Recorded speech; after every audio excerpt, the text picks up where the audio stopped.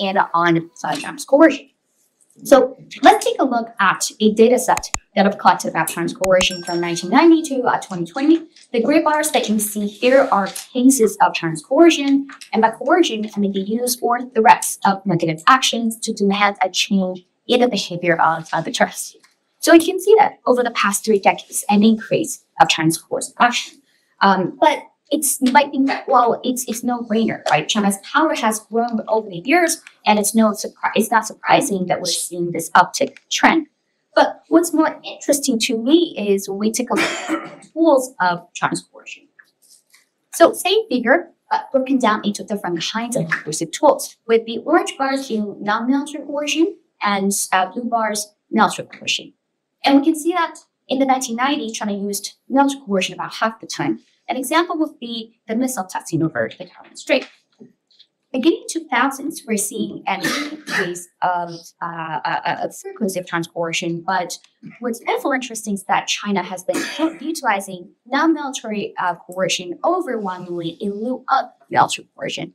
An example would be the banana bans that China imposed against the Philippines over maritime disputes in the South China Sea. And another example would be the use of frozen coercion against Vietnam, also over maritime disputes in the South China Sea. So there is variation over the tools of Chinese coercion. And another aspect of Chinese coercion that also would be about the targets. Now, let's stick with this South China Sea theme and take a look at an internal map that I got from the Chinese Academy of Sciences when I was doing field work a couple of years back. The whitish area in the middle that you see here is the South China Sea, and the black dashed line that you see here is China's dashed line. And essentially, China claims all of the land features as well as maritime rights from within the dashed line. Towards the bottom, you're going to see some orange dots, and these are Malaysian oil fields, and there are a lot of them within the Chinese dashed line. And to your right, you're going to see one single purple dot, which is the Philippine oil field. So there's only one within the dashed line. Now, the question for you, by raise of hands, is that of these 2 countries, which would China be coercing more harshly and frequently? Team Malaysia here, anyone? Really? Team Philippines? Wow, and the rest, abstain? Which is very much aligned with China's voting record at the UN. You are wondering. Well, so I think the majority of you are much smarter than I am. So the winner is Team Philippines. China coerces the Philippines a lot more harshly and frequently than it does with regard to Malaysia. But if you were me, I was Team Malaysia when I was looking at this map initially because of how many Malaysia has within the dashed line. But I was wrong. So the variation over tools and targets of China's coercion led me to answer this central question of what, which is when, why, and how does China coerce when faced with perceived threats to its national security. In this book, I offer the cost balancing theory to explain China's coercion, placing China's coercion in an era of global economic interdependence. And argue first that China coerces one target state in order to deter other states from doing similar things that it does not like in the future. And second, I would argue that coercion is more likely when the need to establish a reputation for resolve is high, but the economic cost of coercing the target takes low. And finally, and by the need to establish resolve reputation, that I mean concerns about appearing weak vis-a-vis other states if no coercive action is enough. And finally, I would argue that China prefers to use non-militarized coercive tools when the geopolitical backlash is high. And by geopolitical backlash, I mean concerns about the dispute escalating into a militarized confrontation if military coercion is used. And this oftentimes leads China to adopt Goldilocks choices. That is, using coercion but for fear of escalation, it kept it at the non-militarized level. So for the remainder of the talk, I'm going to first talk about the theoretical and empirical contributions of the book, relatively, and then move on to defining the concept of coercion as they like the roadmap on the screen and the research is on, and then talk about some empirical case studies in the South China Sea, the article that you write, and finally studies that continue to talk about the coalition. So the topic of this book is coercion, and there's a vast literature on coercion. But the coercion literature tends to focus on evaluating the effectiveness of coercion once a decision to coerce has been made. And for those scholars that do study coercion decisions, some of them emphasize the role of domestic politics. But it still remains to be seen whether this can be applicable to China. And finally, there is this portion of the coercion literature that prioritizes military coercion, arguing that you either go big or go small, and argue that military coercion maximizes the expected utility of using coercion. But it's still puzzling to see China utilizing those non-militarized coercive tools if they are considered simple. So the book theorizes coercion by answering two questions. First, when and why China coerces, and second, what is more or less likely is like. And the book also speaks to theories on rise of powers. So traditional literature on rise of powers, including the power transition literature, for example, tends to answer the big picture questions of war and peace. So this book is more so in line with the burgeoning literature on rising powers that examines the specific foreign policy behavior of a rising power while it is still in the policy horizon. So think about some of the work that Josh Stephenson, for example, at the University of Maryland has done. And incredibly, this book provides a first systematic analysis of China's approach to coercion, as well as a data set on coercion of both. And hopefully, by understanding China's coercion rationale more, it'll help us better understand China's national security decision-making process. Now that we've talked about the sort of theoretical backgrounds, let's get to the concept of coercion a little bit more. So I define coercion as the use or threats of negative actions to demand a change in the behavior of the target state. And for those of you who have read Tom Shelley, you might know and remember that coercion includes both compellence and deterrence. But for the book, coercion here includes just compellence. And there's a full spectrum of coercive tools that states, including China, can utilize. So there are several of them. And the first kind is diplomatic sanctions. An example could be canceling senior level meetings, or more extremely, cutting ties completely. And the second kind of tool can be economic sanctions. The banana ban that I introduced would be an example, but more extremely, one can impose a total embargo on such. So what straddles these strictly non-military and military coercion is what I call gray zone coercion. So gray zone coercion is the use or threats of civilian law enforcement organizations to inflict physical damage on the target state. So think about China's use of its maritime surveillance ships, the predecessor to the Chinese Coast Guard ships, as well as the Coast Guard ships in the South China Sea. And finally, states can escalate into military coercion, and the missile catching, of course, will be as an example. Now that we've talked about the concept, let me get to the theory a little bit more in detail so that you get to understand what is the logic. The causality theory answers two questions. First, when and why China coerces, and second, what tools is more or less likely to utilize. Let's get to the one question first. The underlying assumption of this book is that in an era of global economic interdependence, coercion decisions are a result of balancing securities and economic factors. So on the one hand, states care about external security. And if we follow the logic of the literature on reputation result in signaling, then China might feel the need and pressure to use coercion in order to demonstrate to the other states that it is resolved and committed to defend its national security interests. And China might fear that if no coercive action is used, then other states might interpret this inaction as unresolved need. So this might call for the use of coercion. But on the other hand, coercion does carry with it costs. And I would argue that the primary cost would be economic. And if we follow the logic of the literature on economic interdependence, commercial peace, and more recently weaponized interdependence, then because China is an economically integrated state and is part of the global production and supply chains, then it has to think about the potential negative economic consequences of using coercion of any kind. And therefore, coercion decisions can be visualized in a decision tree. So first off, China would need to decide the level of the need to establish a reputation for resolve. And if the need is low, we're more likely to see China refraining from coercion. But when the need to establish resolve is high, China would need to consider the economic cost of using coercion. And when the economic cost is low, we're more likely to see China using coercion. Now, you might wonder, what about the circumstances when the need to establish resolve and economic cost are both high? So I argue that that's when the issue importance variable comes into play. So issue importance is the states attached to certain issues. And empirically, in the case of China, there's a very strictly defined interest hierarchy, with Taiwan and Tibet, for example, being the core interests, and Taiwan being the core of the core interests. And other issues, such as maritime disputes, the rocks that I'm very much personally interested in, they're important, but they're not individually at the level of core interests. So I argue that it's only when the issue importance variable is the highest that we're more likely to see China using coercion. And when the issue importance is lower, China's more likely to refrain from coercion when the need to establish resolve and economic costs are both high. So in the book, I examine, in particular in the Taiwan chapter, the role of the issue importance variable, but for the talk, we're going to be zooming in on certain instances when the two variables are not high. Now, let's get to the second part of the question, which is about the tools of China's coercion.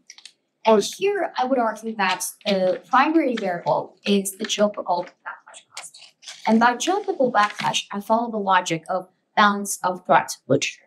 So if China is aware that other states might be balancing against itself by either forming or strengthening alliances with external great powers, for example, the United States, then it has to take into consideration the potential that a militarized coercion might escalate the dispute with the target state into a militarized confrontation, especially if the target state has mutual defense treaties with external powers. So if China does not want a militarized confrontation, then when the geopolitical backlash cost is high, it's more likely to use non-military coercion. But when the geopolitical backlash cost is low, it has more room for maneuver to use military coercion. So this concludes my discussion of the theory itself. Now let's turn briefly to the research design to see how I test the cost-balancing theory. And essentially, in the book, I adopt two qualitative methods. And the first one is congruence testing, which I'll illustrate later. And the second one is process tracing with case studies, and sometimes with the most similar case research design method. And the empirical section will illustrate these methods a little bit more in detail. And in terms of issue areas, of course, I cover South China Sea disputes, as well as issues in the East China Sea and issues over Taiwan and Tibet, in a separate article over Sino-Indian land border dispute. But for the talk, we're going to be zooming in on the South China Sea. Now, you might be wondering, what about some of the sources that you utilize for the book? Well, here we go. I don't know, 50 pounds of books that I hauled from China after a trip to China in spring 2023. And on top of it, if you can just wait a little bit, would be a red study notebook for the Chinese Communist Party's 20th Party Congress. And of course, I'm kidding, I didn't use any of these books or the book on coercion, but I am utilizing them for the second book on China's grand strategy. But I am utilizing primary Chinese language sources of several kinds. So I'll introduce them first. And when we get to the measurement section, I'm also going to introduce some of the objective indicators that I also utilize to cross-check with the primary Chinese language sources. So the first kind of a Chinese language source I use would be official sources. On the left-hand side, for example, so these are government documents, would be a book entitled China's Foreign Affairs, published by the Chinese Foreign Ministry annually, going all the way back to 1987. And on the right-hand side would be a secret document internally circulated at the Chinese Communist Party's Central International Liaison Department.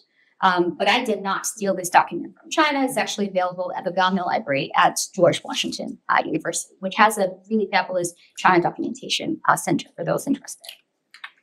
And the second kind of tool I utilize would be semi-official sources, including government think tank reports. So on the left-hand side, for example, would be an internal report from the Chinese National Institute for South China Sea Studies, which is under the Foreign Ministry, as well as the State Council. And on the right-hand side, for example, would be some internal analysis from the Chinese Navy. And I was able to get access to some of these internal sources when I was doing field work in China in the pre-COVID period. And finally, I was able to conduct some interviews when I was doing field work in China. And again, pre-COVID, I've done about 150 interviews or so. And about 45% of them were with Chinese government analysts. And about a quarter were with former civilian officials. and 6% were with former military officials, and the last quarter were with well-connected Chinese scholars who sometimes brief central leaders, including And these interviews are useful for me for two purposes. So first, I use these interviews as well as other sources to cross-check and triangulate. And second, some of these interviewees contain rich information about the case studies I'm interested in. So let me just give you one example. I got to interview the captain of one Chinese maritime surveillance ship, and this captain was the person that drove the ship into the disputed waters between China and Japan in the East China Sea. And I was able to gain invaluable information from just one interview.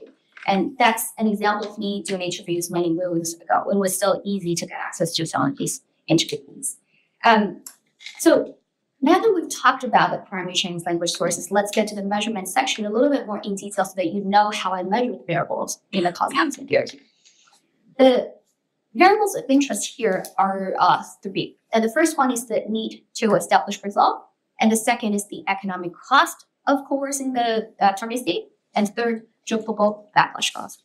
So in the book, I adopted a binary encoding scheme that is treating them as either high or low, although it's acknowledged that in reality, things would be a lot more complicated. But for theoretical simplicity, I do keep the binary encoding, but the empirical chapters do reflect a little bit more on nuance. So let's get to the need to establish result first. And I use both objective indicators as well as primary speech evidence for primary Chinese language sources to cross-check and triangulate.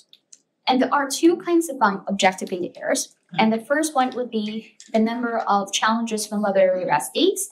By challenges, I mean the things that the other states did that China considers as threatening to its national security. And a related objective indicator is the level of international media exposure of these challenges themselves. So the logic here is that if China is seeing an increase of these challenges from others, and if these challenges themselves are heavily reported through international media, such as AP or AFP or Reuters, then other states might all be observing these incidents and China's reaction or lack thereof. So China's fear is that if it does not take course of action in response, that other states might interpret this inaction as unresolved and weak. And I'll also cross-check with speech evidence to see if Chinese officials and analysts were expressing concerns about appearing weak vis-a-vis other states. And moving then to economic cost. And I use, again, objective stats as well as speech evidence to cross-check. And in terms of the econ stats, I examine whether the target state is a major export market for China, or whether the target state is a critical component in China's supply chains. For example, providing China with a high-tech intermediate product or high technologies, things that China needs but cannot produce itself, or whether the target state is a critical energy supplier to China, or finally, whether the target state is a critical official development assistance supplier, ODA supplier, which is especially crucial for China in the 1990s and early 2000s. So here we're really talking about Hirschman's model of, say, exit options for left neural. How difficult it is for China to have these sorts of exit options. And of course, also cross-check with speech evidence to see how Chinese officials view these foreign trade relations with other states, right? So if China depends more so on the target state than vice versa, then the economic cost will be high. And finally, onto geopolitical backlash cost. And here I use two indicators. And the first one will be general balancing backlash, in which I track to what extent, for example, external great powers such as the United States is strengthening or forming alliances with the target state. So this is more about long-term concerns about balancing. And I also cross-check with immediate war escalation risk, in which I track the likelihood of the United States getting militarily involved in a dispute between the target state and China. So if the immediate war escalation risk is high, the geopolitical backlash cost for China to use military coercion is also high. And these two indicators tend to go hand in hand as well. So now that we've finished the very boring theoretical stuff, and hopefully here comes to the slightly more interesting stuff about the actual series. And like I said earlier, we're going to be zooming in on the South China Sea. So let's take a look at figure 2, which tracks challenges from other disputes from the South China Sea, in the South China Sea from 1990 to 2020.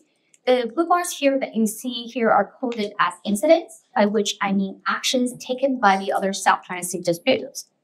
And it's important to note here that these actions are not necessarily actions that tilt the military balance of power to China's disadvantage. Oftentimes, these are actions that are taken by other disputants in order to strengthen their own administrative control on their sovereignty and maritime rights within the South China Sea. And China views these actions as diminishing China's own sovereignty claims as well as maritime rights within Southeast Asia. So let me give you some concrete examples. In the 1990s, you're seeing a little bit like an increase of bump here in between 1993 to 95 or so. These tend to include actions such as Vietnam occupying a new land feature in the South China Sea. And in between 2000 and 2005 or so, you're seeing a slight decrease here. And these tend to include actions that are a little more demure and much less dramatic compared to the 1990s. An example would be a Malaysian politician landing on a land feature that it has already occupied since the 1990s. And beginning 2006 or 7 or so, we're seeing sort of an increase again here. And these tend to include actions such as the Philippines signing an oil and gas contract with foreign companies in the South China Sea. So this is the same figure, but I added China's coercion in response to some of these incidents in red. So we can see that in the 1990s, China used military coercion, sometimes selectively, not responding to every single incident. And some of the 1990s cases of China's coercion were actually militarized in the South China Sea. And in between 2000 and 2006 or so, China refrained from coercion. And beginning 2007, we're seeing China using coercion again, and again selectively not responding to every single incident. And none of the post-2007 cases of China's coercion were militarized. So in the book, I conducted Congress testing to demonstrate that temporal changes and variation in China's patterns of coercion track with temporal changes and variation in the independent variables of the conferencing theory, the ones that we talked about before. But for the talk, if we have time, we're going to talk about a paired comparison of two cases. But the first one being the 2012 Scarborough Shoal incident between China and the Philippines, where China used coercion.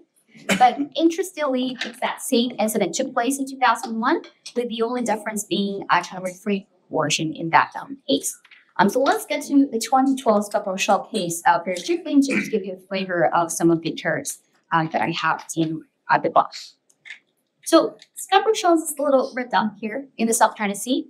And in April, China tried to, in April 2012, Chinese fishermen tried to fish in the disputed waters around the Scarborough Shoal, and they were arrested by Filipino Navy personnel. And China used coercive actions of three kinds, none of which militarized. And the first kind would be the use of gray zone coercion. So China's maritime surveillance ships, the predecessor to the Coast Guard ships, blockaded Philippine Navy vessels from entry into the shoal, leading to a standoff. And China also imposed the banana ban, a kind of economic sanctions. And finally, China also imposed diplomatic sanctions by canceling senior level meetings between Chinese leaders and the Filipino counterparts. So the goals of China's coercion in this case were twofold. Directly, it wants to force the Philippines to withdraw, but more broadly, also wants to enforce a policy of restraint on all South China Sea disputants. So through process trace, I was able to show that the need to establish resolve was high in this case, but the economic cost of coercing the Philippines was low, and therefore China used coercion. Now let's get first to the need to establish resolve, which is coded as high in this case because of these objective stats as well as primary speech evidence. So if we look at the objective stats, there was prior to China's use of coercion an increase of actions taken by the Philippines, as well as other South China Sea disputes. And interestingly, these actions themselves were heavily reported through international media. And this actually includes the Scarborough Shoal incident itself. So this is a photo taken by the Philippine Navy, and the gentleman you see up front, those were the Chinese fishermen, and the gentleman in the back was the Philippine Navy personnel. And this photo was released to AFD prior to China using coercion. There was a high exposure of these incidents that China considers as threatening. And in addition, if we look at speech evidence, the logic of using coercion to establish resolve is pretty clear here. So, for example, this is one piece of semi-official source from Zhongsheng at People's Daily, the Communist Party's party paper, in February 2012, and noted that if the Philippines views China's push for cooperation as a sign of weakness and continue to approach upon China's legitimate rights, the Philippines is wrong for this. And guess what? The Philippines did seem to have the wrong calculus. China used coercion, and in the middle of the coercive action, the same source from People's Daily noted again that the Philippines should not view China as weak, and China could create a scupper model to stop the opponent and to deter future Chinese rivals. So the use of coercion to establish resolve in the future is pretty clear here. And note also that these pieces of evidence took place before and during China's coercion, so it's not post-hoc justification of China's coercive behavior. And finally, I was able to interview some former senior state oceanic administration officials, those who were in charge of the scupper assault incident, and former military officers and diplomats. So the consensus among them is that China feared being viewed as weak by other states, which might in turn give the green light for other states to take actions in the future. So these interviewees posed this ancient Chinese proverb to describe their logic, which is killing the chicken to scare the monkey, with the Philippines being the chicken and other South China citizens being the monkey. But if I were to paraphrase, I think it's more accurate to translate it as scaring the chickens in order to scare other monkeys. But please don't ask me the relationship between the chickens and the monkeys. I don't know why they're related. They're just analogies from the zoo. So the need to establish resolve was coded as high in this case. But in contrast, the economic cost of coercion the target state, which is the Philippines, was low. So if we look at figure 3, which tracks Sino-Philippine trade as a total share of Chinese foreign trade from 1993 to 2014, the blue line here is China's imports from the Philippines, and red line imports from the Philippines, and blue line exports to the Philippines. You can see that Sino-Philippine trade constituted as a very small amount of overall Chinese foreign trade. At best, maybe about 2.5% or so, but most of the time it stays below 1%. And in contrast, Chinese officials knew, and well before coercion, the Sino-Philippine trade was highly asymmetrical to China's advantage. And in particular, by 2011, China had become the Philippines' third largest trading partner. And in 2012, Sino-Philippine trade constituted about 30% of overall Philippine trade, but only 0.9% for China. So Chinese officials stated explicitly, including those from the Chinese Ministry of Commerce, that prior to coercion, that China could impose sanctions on the Philippines and isolate the Philippines, and while strengthening economic relations with other ASEAN countries. For example, they can buy more bananas from Thailand. So as a result, China used coercion in this case. But remember, I mentioned earlier that none of the three kinds of coercive tools that China used in this case were militarized. And I argue that that's because of the high geopolitical backlash cost. And if anything, I should also add that the geopolitical backlash cost for China to use military coercion in South China Sea has been high since the early 2000s. So if we track the AU versions of the Chinese Foreign Ministry's book, the one that I showed earlier, there has been an increased concern about increased U.S. efforts in Southeast Asia, ironically, right after 9/11. So the logic of the Chinese Foreign Ministry is that because of counterterrorism, Southeast Asia has become an important stronghold for the United States, noting in particular that Bush Jr. designated the Philippines as a major non-NATO ally.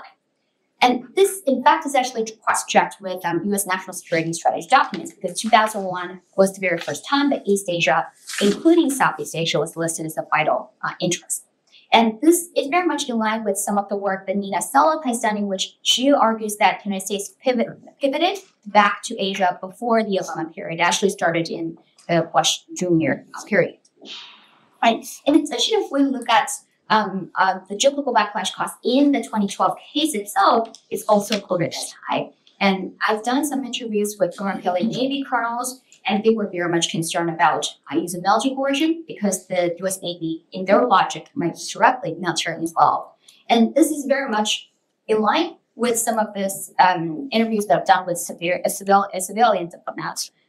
And finally, there were internal assessments from the Chinese Foreign Ministry affiliated analysts prior to the 2012 incident that suggested that as long, and I quote, as Chinese coercion was controlled and non-militarized, the United States would not get militarily involved. So here the Goldilocks logic is pretty clear. Here China used reasonable coercion for plausible deniability.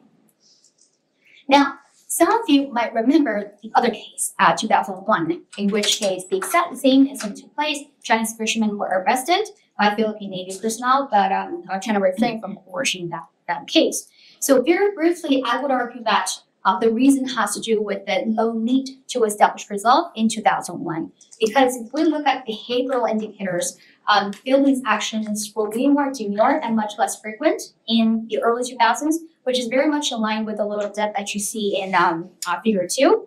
And these actions themselves were not reported as heavily by international media as compared to, say, 2012 period. And if we look at primary speech evidence, there was a memoir written by former Deputy Chinese Foreign Minister Ying, who was then Chinese ambassador to the Philippines at the time. And she wrote about this incident in her memoir, recalling that the Philippines' actions differed in the early 2000s, in particular noting the Philippines to be a lot more cooperative than compared to the post-2010 period. And that's why I argue that China refrained from coercion in this case. And finally, very briefly, since I'm running out of time, some of you might still be angry about why Team Malaysia lost, because I certainly was. So let me explain very briefly here why China did not coerce Malaysia as much as it does with regard to the Philippines. The reason, again, has to do with the differential need to establish resolve, which was high with regard to the Philippines, but low, relatively lower with regard to Malaysia. So the logic here is that, and again, from a lot of the interviewees, is that the Philippines is the loudest in internationalizing or sensationalizing the South China Sea issue, whereas for them, Malaysia is the smart one because it is silently making profits off of the South China Sea without internationalizing or sensationalizing the issue. So they're concerned, and if you look at media exposure on the part of Malaysia versus the Philippines media exposure was way higher than compared to Malaysia. So their concern is that the Philippines publicizes all of this oil and gets contracts, even though it does not really have an operating oil field with being the 9-dash line. But if China does not use coercion on those, then other states might imitate the Philippines' behavior, including foreign companies in future, and therefore China coerces the Philippines a lot more. And of course, in the book, I do consider other potential scenarios or explanations, such as the role of individual leaders or bureaucratic politics or interests, and the role of nationalism, and finally offensive realism, because everybody likes, John, much more so than me. I'm more than happy to talk about any of these in the Q&A, but in the interest of time, I'll just skip over them now and go straight to the conclusions. So to conclude, the book examines when, why, and how China uses coercion, and I argue that China oftentimes makes Goldilocks choices, balancing between the need to establish resolve and the economic cost of using coercion, as well as taking into consideration the potential geopolitical backlash. And this suggests that economic interdependence and a globalized economy provides both opportunities and constraints for rising powers, including China's coercive action. And this is very much in line with some of my ongoing work on China's preferences for forming strategic partnerships as opposed to formal alliances. And secondly, in the book in particular, coercion has oftentimes been used by China as a signal device. In particular, China demonstrates this interesting dynamic of compelling to deter, blurring the lines between compellence and deterrence. And of course, I'm also tapping into the broader literature that moves beyond military coercion to look at non-traditional forms of coercion, including the rich literature on raison coercion.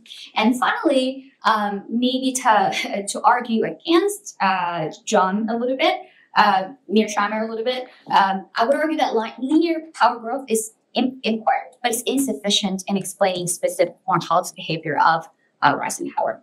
And very finally, and I promise I'll stop right after this, if you're interested in policy implications, not that the US government is interested in what I say, but here's two.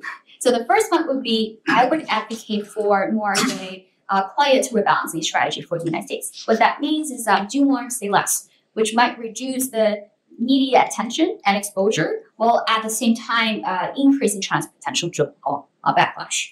And second, I would argue that on the economic front, the United States would have a lot more targeted leverage by keeping China in the global production and supply chains and keeping China continuously vulnerable and dependent on key US technologies. And thank you so much again for having me, and I look forward to any questions and comments that we Hi, thank you very much, Ketian. Previous chairs of this seminar have started what I regard as the unfortunate norm of recognizing students over faculty.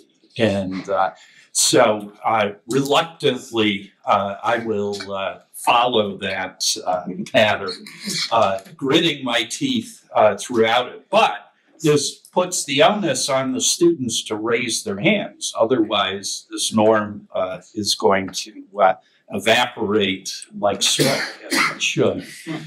So who'd like to ask the first question? I ask people raise their hand, they keep it up so I can keep a list here. Going once, please, Will. Doctor, thank you very much for coming. I appreciate it. Welcome to Notre Dame. I was wondering about, first you talked about sanctions and non-coercive power. Have you looked much into, there's a lot of arguments from my perspective, from what I understand, about the effectiveness of sanctions, especially for a geopolitical situation like China. You see the routes that have gone through, especially just with Ukraine, and how Russia's been able to redirect their economy in certain capacities. Is there any, I'm sorry, I haven't been able to read much of your work, but can you speak a little more about the effectiveness of sanctions, and has that determined when they use coercive power in a military versus non-military sense? Should I end? Yes, no. And that's a great question. So first off, I should preface by saying that there are way more scholars who do really interesting work on exactly evaluating the effectiveness of Chinese economic statecraft. So Audrey Wan, for example, Will Norris, Jack Zhang, among others. So I don't claim credits for their arguments, but essentially I think the consensus among them is that Chinese sanctions tend to be, it really depends. And it really has to do with whether domestic actors were actually on board with the sanctions decisions that the Chinese government has already imposed. So on the decision-making front, decisions of sanctions or coercion tend to be centralized at the very high level. But at the same time, when it comes to implementation, sometimes local actors, especially economic actors, if they're not on board, especially betrayed with the country that China imposes sanctions on, then they might not actually implement the sanctions that the Chinese government wants. And I think Keisim Mura, our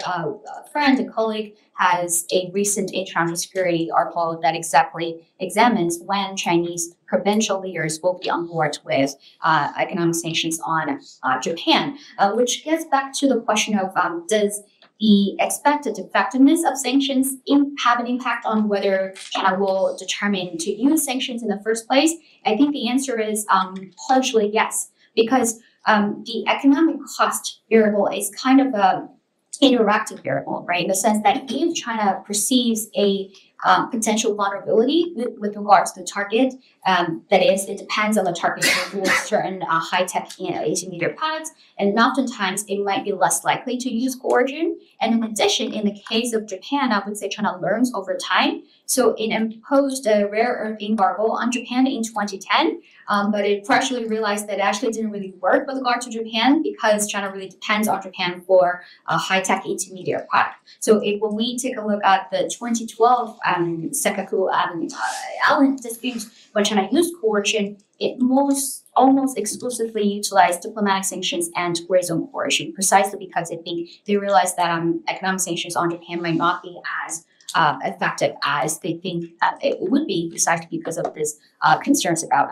economic cost. So, short answer, the effects of Chinese economic statecraft really varies based on domestic kind of actors. And in addition, I should also say that the effects of China's coercion in general will oftentimes be suboptimal because of the inherent tension in China's overall grand strategy. Because on one hand, China wants to maintain stable environment for economic development, which means that you want more BRI or sort of economic growth. But on the other hand, it wants to establish results to defend national security interests, which means coercion. And these two goals go 180 degrees. And they oftentimes result in an automatic suboptimal result, as opposed to sort of optimizing the effects of easy coercion of any kind.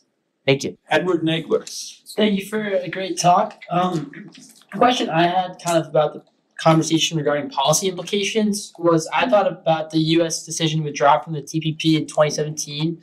And I guess kind of thinking about the economic cost variable, which is marked as low past 2007 in your article. If the United States, were to stay in the TPP or try to renegotiate its way into a free trade agreement in the region, would that kind of raise the economic costs for China to use economic coercion because its target states would potentially be less dependent on China? So I guess the question I'd have is, if the U.S. were to have stayed in the TPP, would that reduce China's ability to use coercion? That's a really interesting question. So I guess what you were asking is whether US joining or we're coming back or staying within the TPP will have an impact on China's economic relationship with ASEAN in general, and whether that will create more exit options for ASEAN.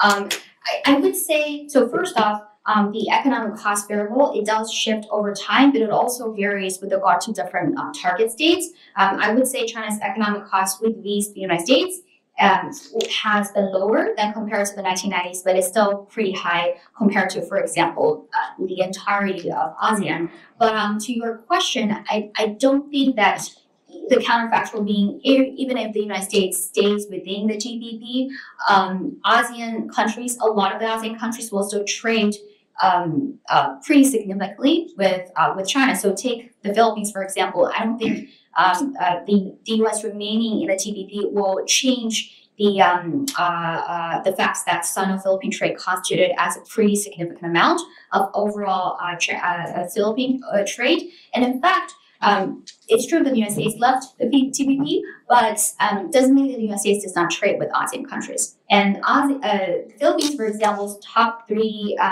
trading partners actually include the United States, Japan, and China, outside of intra-ASEAN trade. So I don't think TPP being in or out of it has too much of an impact on economic viability. But I would say the TPP is more of like a signal of whether the United States is committed to the Southeast Asian region as perceived by ASEAN countries. I think that has more to do with potential geopolitical backlash, or how ASEAN perceives the U.S. commitment and result. Great. Next on the list is Harrison Greenlee. Yeah, hi. I find the argument valid, in particular the one when you state that the fear of geopolitical backlash will guide them towards non-military.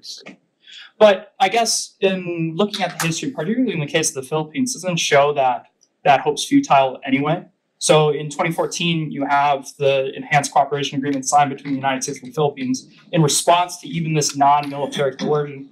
And later you have this again recently in the last few years. So I guess at what point does China just kind of give up that hope that regardless of what we're going to do, if it's even just any type of coercion, it's going to be met with balancing on behalf of the United States. So are we just going to abandon this pursuit anyway, and let's just go for harm?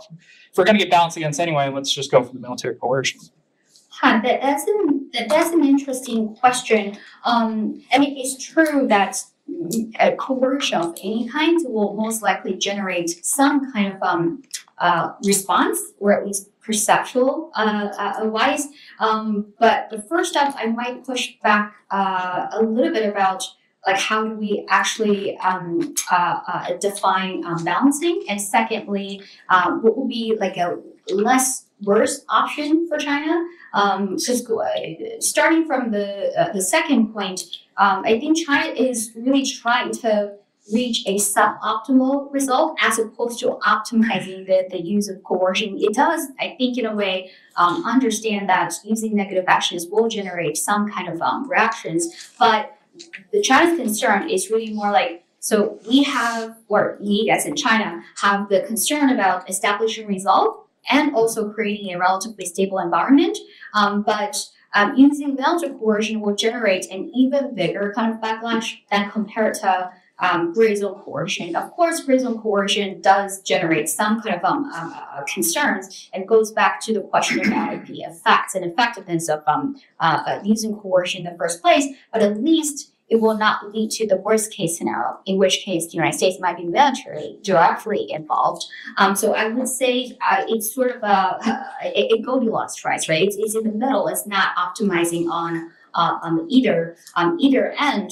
And historically, though, I would say the geopolitical backlash cost for China to using coercion in the South China Sea was actually low for some period of time, especially in the 1990s, when you see the use of military coercion in that time period. And that had to do with, for example, the United States leaving the Subic Bay and completely. And you'll see in internal documents that Chinese analysts and government officials were saying the United States left a huge geopolitical vacuum that we can sort of take advantage of, and hence the use of military coercion a little bit more. But moving forward, I don't think, I mean, unless we have a new administration here that argues for more defense budget within ASEAN countries as opposed to more commitment, I don't see the geopolitical backlash going down anytime soon. But that again means that China can optimize. It can only just to sort of make a Goldilocks choice between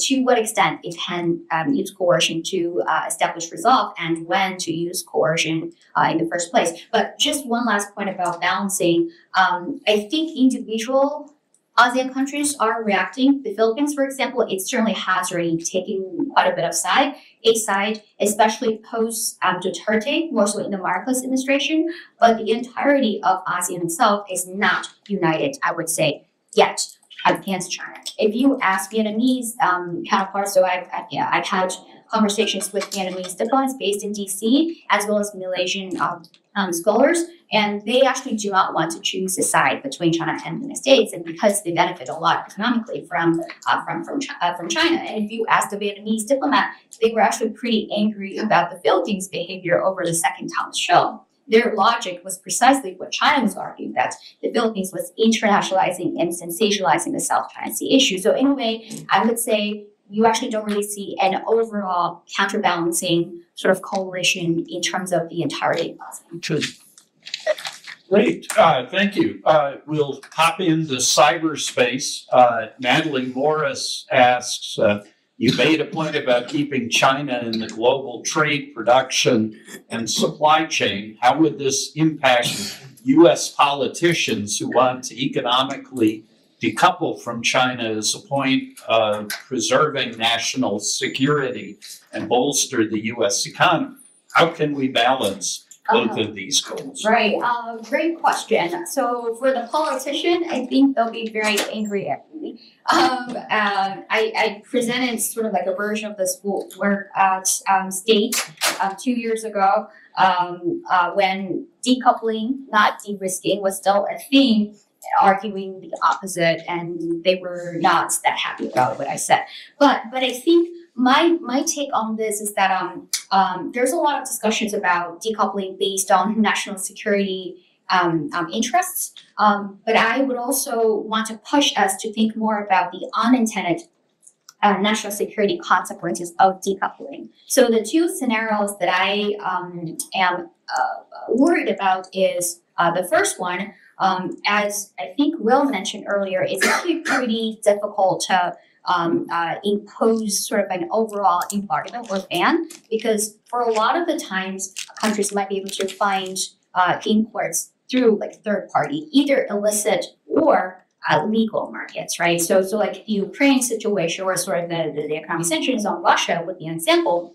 And one other example would be Malaysia. And part of the reason why China also went easy on Malaysia is that China actually imports way more oil from Malaysia than Malaysia could actually produce in 2023. And the reason being Malaysia imported oil from Iran, which tried to basically evade the sanctions regime placed on Iran. So Iranian oil went into China, cycling through Malaysia. So you could argue that for some of the semiconductors, that could potentially happen, which reduces the effectiveness of using such bans on national security purposes, right? So in that scenario, if China succeeds in sort of getting these products through illicit markets or legal markets, or if it's able to produce domestically, then we'll be seeing a China that's a lot less vulnerable on any other country economically. What that means is that the economic cost of using coercion will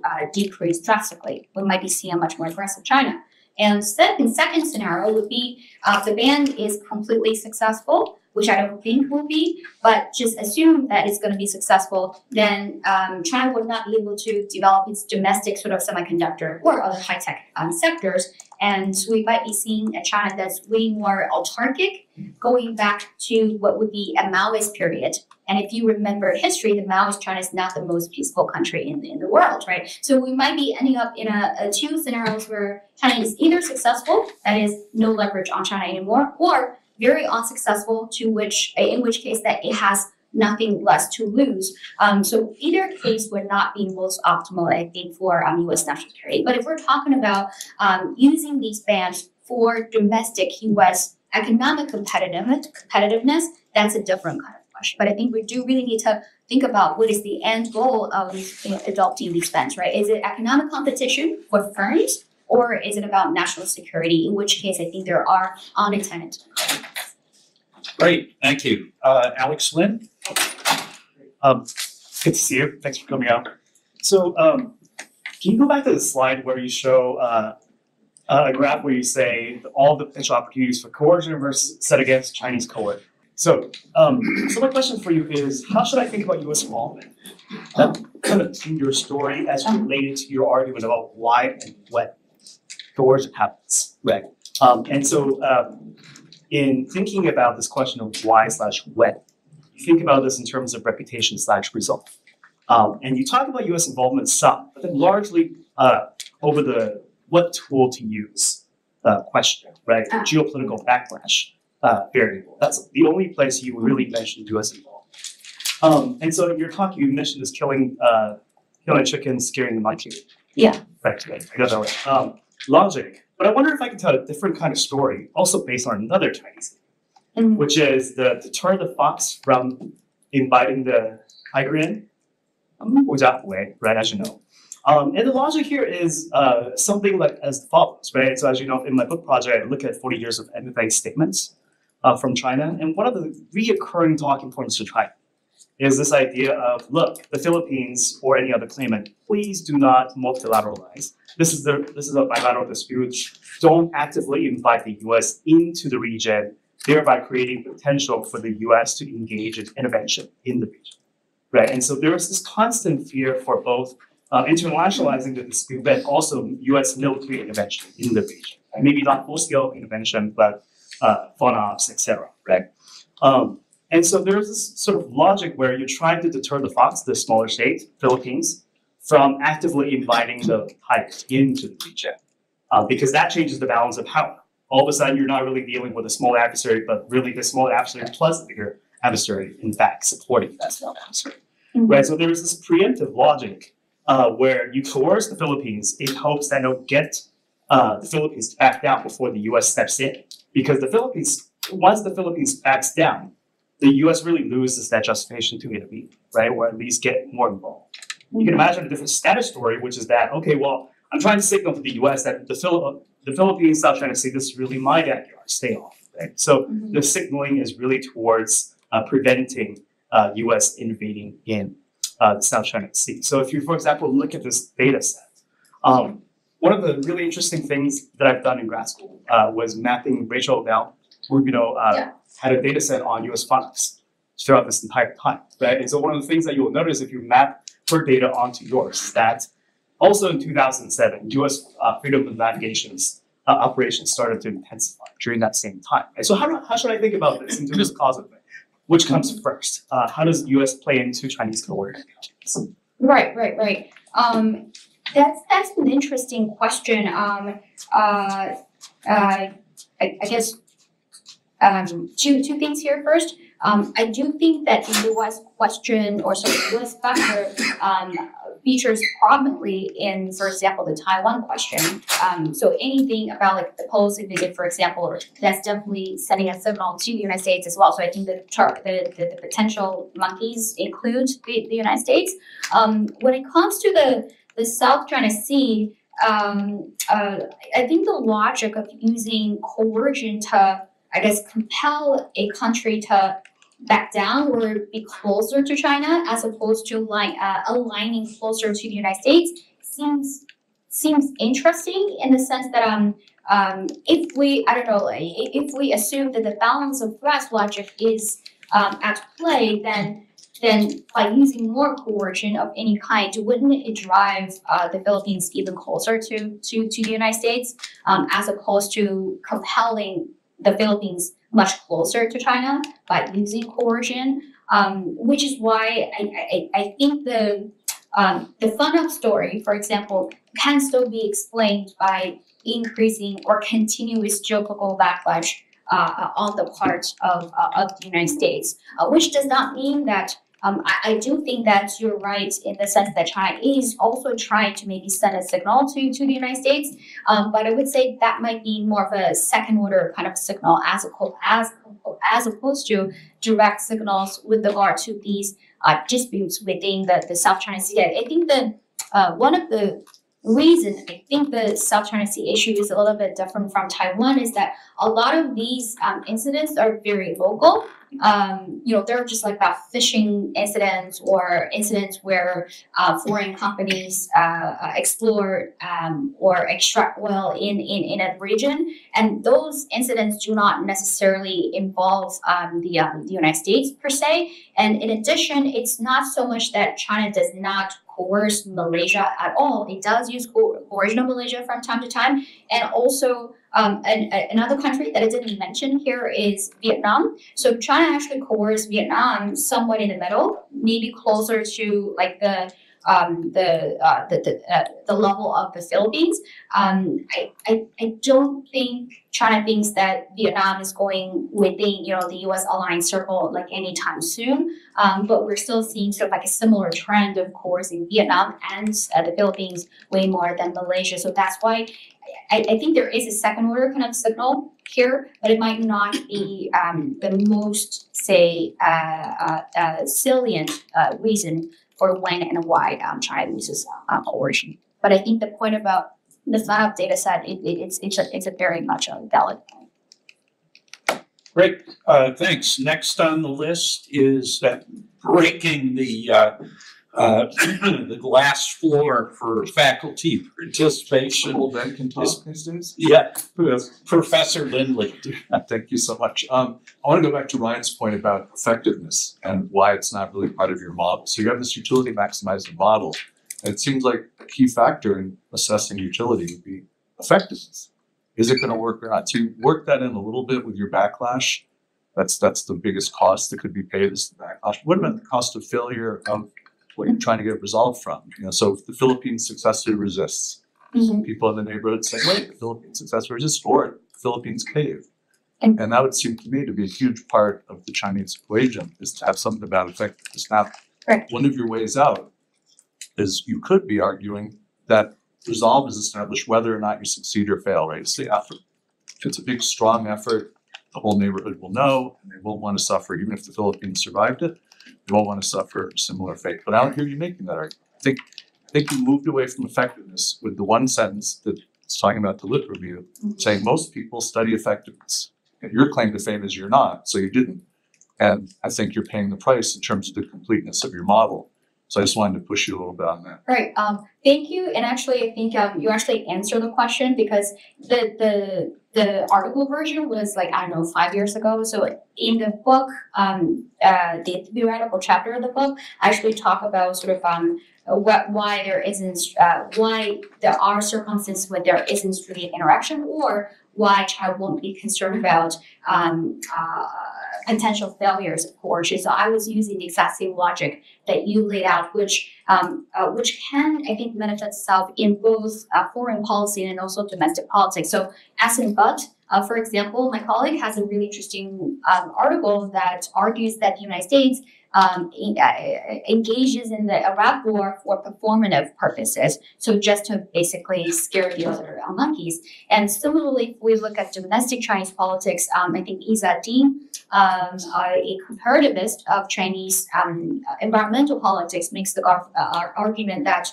China oftentimes uses environmental policies for performative purposes. And again, just to show to the citizens that it's actually doing something. So the logic here, I think, is actually quite similar in the sense that China's logic is that as long as we do it, and other states are observing, at least China using sanctions or gray zone coercion or other kinds of observable actions, and the actions themselves will have a performative purpose, in which case that other states might be deterred from doing similar things, say, that the Philippines did in the future. And especially, I think the reason here is that other states do not necessarily have the exact same stakes that the Philippines has on the South China Sea, so they might not necessarily track the development of events in the South China Sea as closely as the Philippines does. So they might only observe, for example, the incidents and then media reports of Chinese economic sanctions or coercion. So the very act of scaring the chicken might have a chilling effect on the other targets. So I have an article that's forthcoming with Texas National Security Review that sort of makes this exact argument, which is that in the data set that I've collected about Chinese economic sanctions from 1990 to the present, 87% of Chinese economic sanctions adopted this model of just doing. Right? China just enacted sanctions. It did not go through the threatening stage, which oftentimes is accompanied with, so for example, U.S. sanctions, but China just went straight ahead. And the logic, part of it has to do with physical action sent a potentially stronger signals of resolve to the other targets who are potentially observing kind of behavior or fill up. Great. Kirby Davis? Sorry, Gene.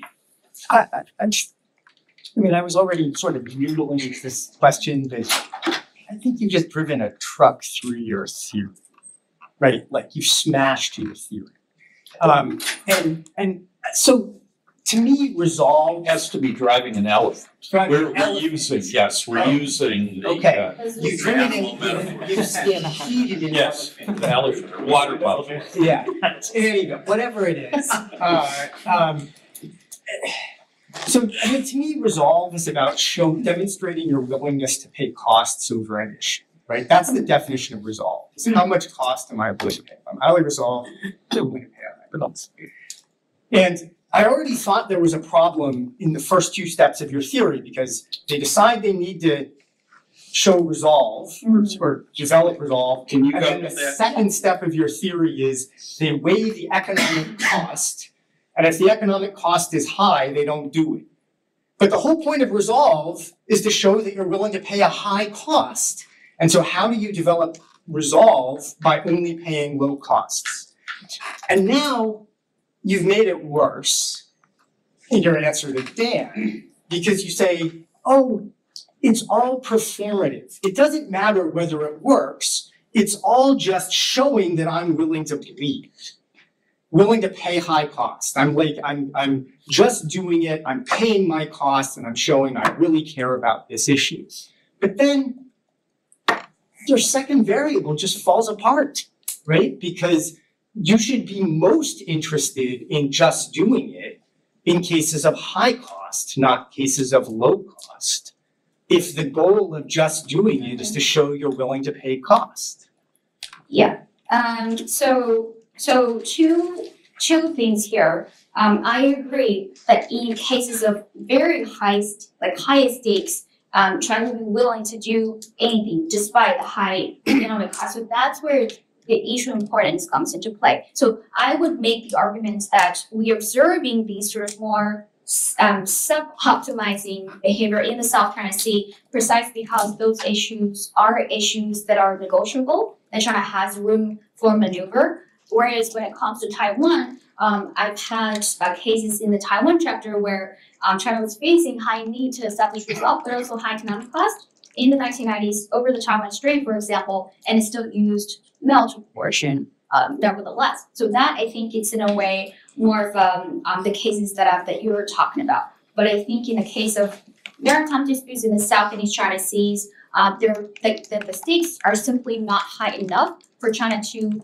engage in those potentially very economically damaging kind of coercive action. So the second part of, I guess, my response is that we might differ on the starting point with regard to the assumptions of how states operate. I think your assumption would be more about the goal would be just maximizing resolve. But my argument, especially for rising powers, would be rising powers always have trade-offs. And the trade-off is between security and the economic concerns. And especially for issues that are not core interests, they're willing to take a more suboptimal kind of outcome, which is that if the economic cost is sufficiently high, they'll refrain coercion, especially despite the high need to establish results. So right around the same time of China using coercion militarily over Taiwan in the Taiwan Strait, 1995 and 1996, China had the exact same sort of scenario with regard to Japan all over the Central Balance. 1996 and 1997, I need to establish resolve at high economic cost, but China ended up not using coercion, I think, because of the differential issue importance here. So I don't disagree with you on certain issue areas of highest interest or core interest, but I think in other issue areas, China is in a rising power and it has an economic trade-off, and it will not be able to use coercion anytime or anywhere that it wants. In an ideal world, the best kind of coercive, signaling would be to show resolve despite the high economic cost. But China is not in an ideal world. It's in a world where there's resource restraint. So I don't think that. So I'm more of a trade-off kind of a model in terms of how states think about its foreign policy, especially rising powers. Okay, Kirby, you're next.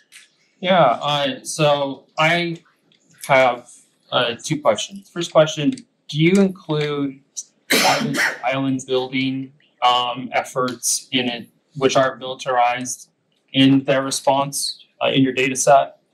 And second, does China see the changing military balance, its investments in like naval forces, as influencing this issue at all? Like, so do those longer term investments in military forces, do they see those as positively affecting these disputes, despite them not having necessarily an immediate military response to the issue?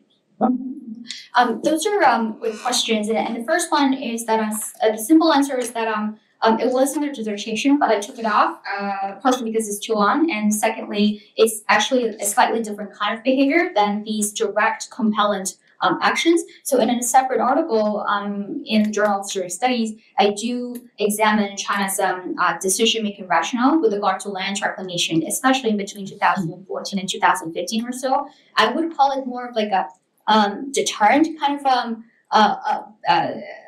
effort. And in addition, the crucial motivation for China to use, engage in island reclamation or land reclamation would be mostly about logistics, both on the economic front, but more importantly on the military front, because the Chinese Navy needs those logistical resupply bases, essentially. So that's most on the island building question. And in terms of military development, I think it's very much relevant. The Chinese Navy is not directly involved in these compellent actions. especially post 2007. But that does not mean that they're not there. So when I was like interviewing former Chinese officials and those in the Navy, they would say, for example, when it comes to Vietnam or any other incidents in the South China Sea, you'll see what you'll see is a model of a concentric circles, where the Chinese Coast Guards and the maritime surveillance ships, they were at the forefront of the compelling action. But over the horizon, you're going to see Chinese naval ships sort of more so lurking in the background, serving more or less as like a potential deterrent kind of effect. And if you ask Southeast Asian counterparts, for example, they'll say that to a certain extent, they still fear China's military development in the South China Sea. So I would say the military buildup in the South China Sea is more so of a deterrent kind of purpose from deterring other countries from escalating the tension either further. Great. Jingli? Yeah, hi, Dr. Zhang. Thank you. Amazing talk, especially because you are on very little sleep because your flight was delayed. My question potentially goes back to the capability versus resolve conversation. I'm curious how you think of the role of economic crisis, because when you look at the figure that Alex had a question on, 2001, 2008, and potentially 2022, coercion is really low. So that means the Chinese state had enormous economic costs to conduct these coercions because they would have been busy dealing with the economic crisis. Right, that's an interesting so for 2021, and I absolutely understand most of like COVID period. So 2001, you're thinking about entering into the WTO, or that? Or just the .com buzz originating from the U.S. and spreading to the world. Right. So the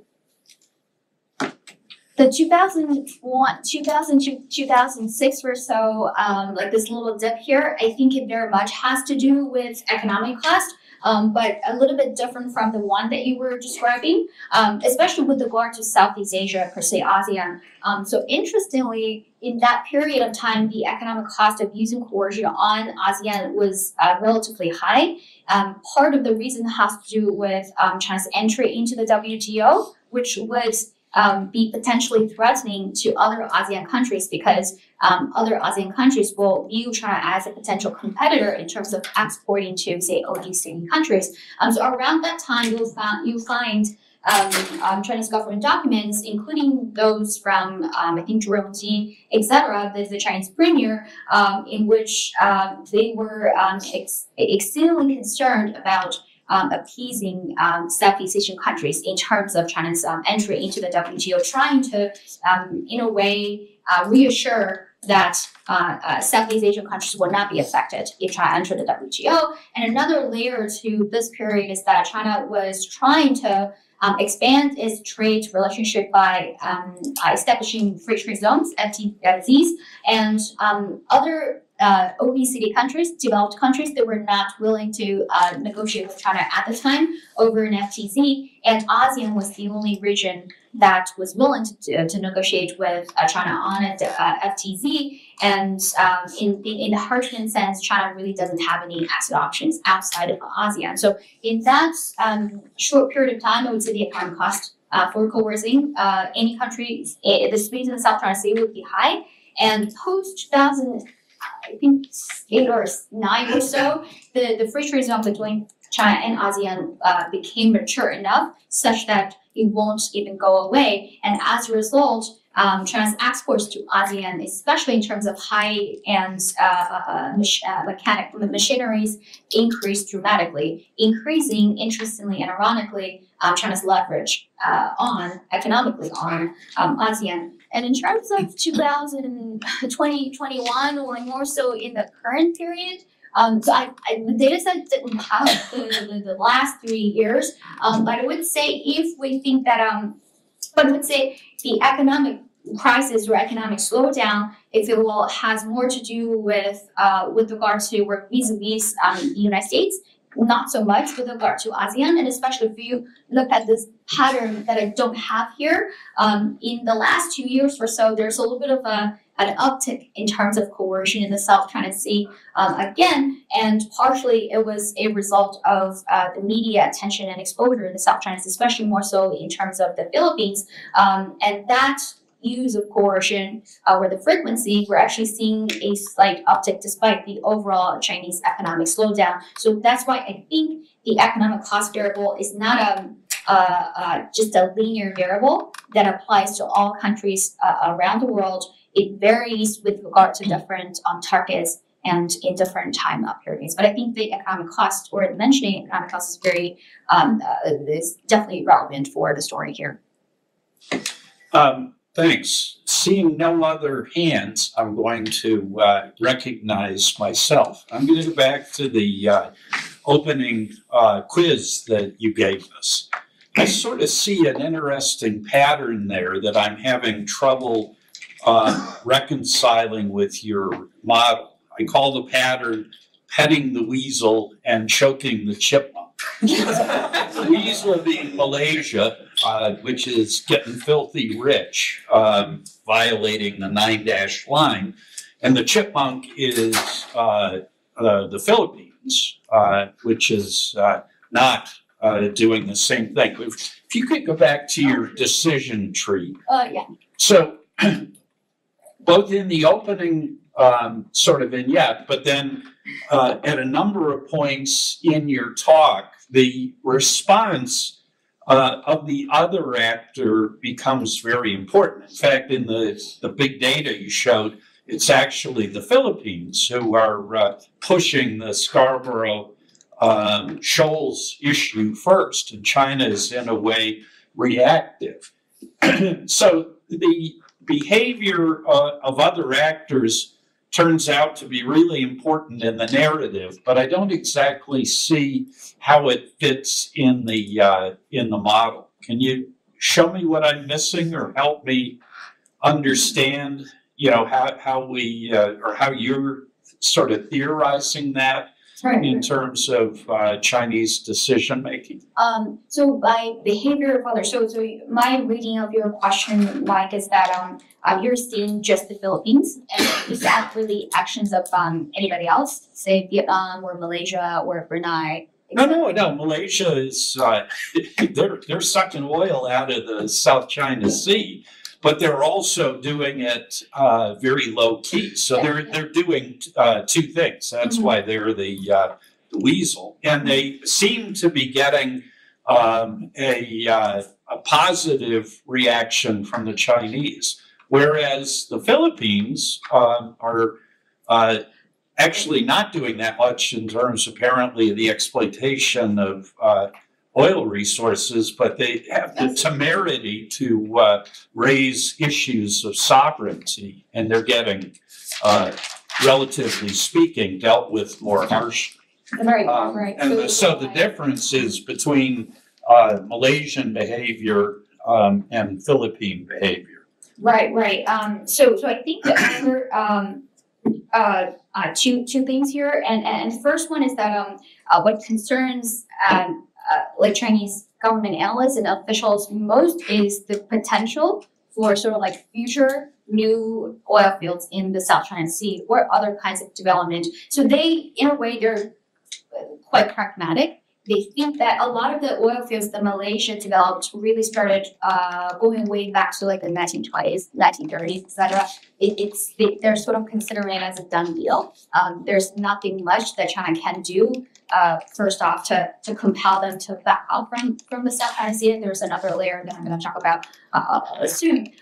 But so the concern from the Philippines, therefore, became very much about the future potentials of signing contracts or investing additional foreign companies into the region. And those oil and gas exploration, even though they're not extracting oil per se, the very act of those extracting activities will demonstrate sovereignty claims on those rocks. So on the part of, for example, Vietnam or the Philippines, if anything, we're seeing similar patterns on Vietnam as well. I think, I can't remember that the map actually shows Vietnamese oil fields, but in like intro meeting in a Chinese government think tank, I was able to participate. One of the government analysts kind of just slipped. It seems that Vietnam does not even have any operating oil fields within the 9-dash line. And this person literally said that, but the institute had just caught this person because I was there. But it does show that Vietnam was having a similar kind of dynamic here. So the concern about China, I think, is more about future potential for oil fields. We're signing additional contracts, which in turn will increase the claim strength or the sovereignty claims that other countries, Vietnam and the Philippines, have on the South China Sea. And another additional layer to this is, I would say, more so about the economic cost, in the sense that China actually does benefit from importing oil and liquefied natural gas, LNG, from Malaysia. And in addition, the Iran story that I talked about, like Malaysia was pretty critical in this sort of like third-party kind of market in China's energy sector. So if we compare the level of need to establish resolve, I would put Malaysia meaning more so in the intermediary category, even though in the book I don't have, theory does not have an intermediate category, but I think it's lower, at least comparatively, than compared to Vietnam and the Philippines. And adding on to this economic story, that's why I think Malaysia has more of like a preference treatment from China. Great. Well, we're actually right at 5:59. It's appropriate that you would have the last word. Other than me inviting the audience to join me in thanking Ketian Zhang for